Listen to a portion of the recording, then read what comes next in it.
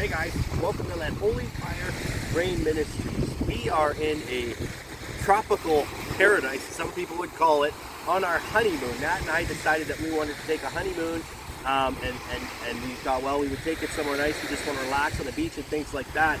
And it's been funny because a few weeks before we come on our honeymoon, the Lord actually had given us an assignment. When we were coming down here, He said, you're not just going down there for your honeymoon, I'm going to give you an assignment. And so we've been down and we've been praying over territory, we've been blessing people, we've been doing things down here, ministry things, and it's been fun and it's been awesome and it's been refreshing. But you know what?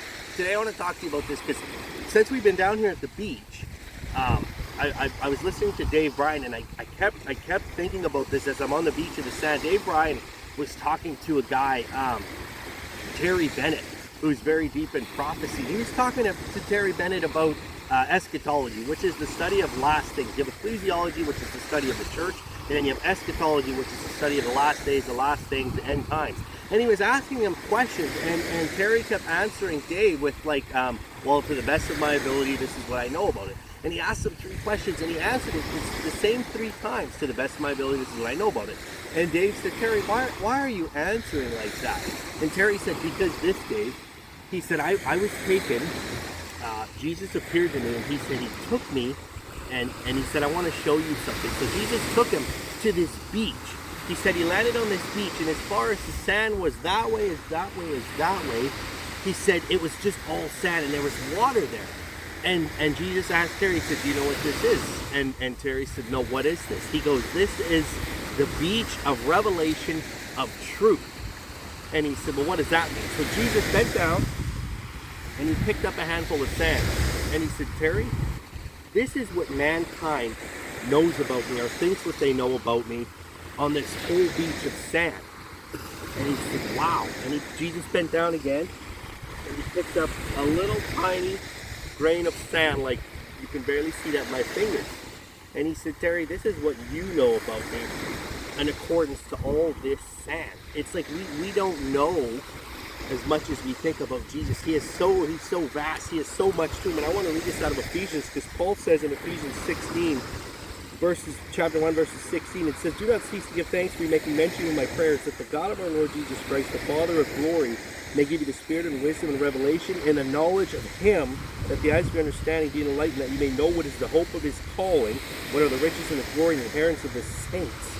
I want to read verse 17 again, that you may understand, that he may give you the spirit of wisdom and revelation and the knowledge of him. I'm hoping that the Lord will increase your revelation in the knowledge of him. I mean, if you look that way as far as that way, that there is sand, Jesus is so vast. And people in religion think we know him, think we understand him, but there's so many different sides to Jesus that we never even experienced yet. You know, it even says, and I love Psalms 139. If you look at the sand, in Psalms 139 verses 17, it says, how precious also are your thoughts to me, O God, how great is the sum of them. If I should count them, they were more in the number than the sand.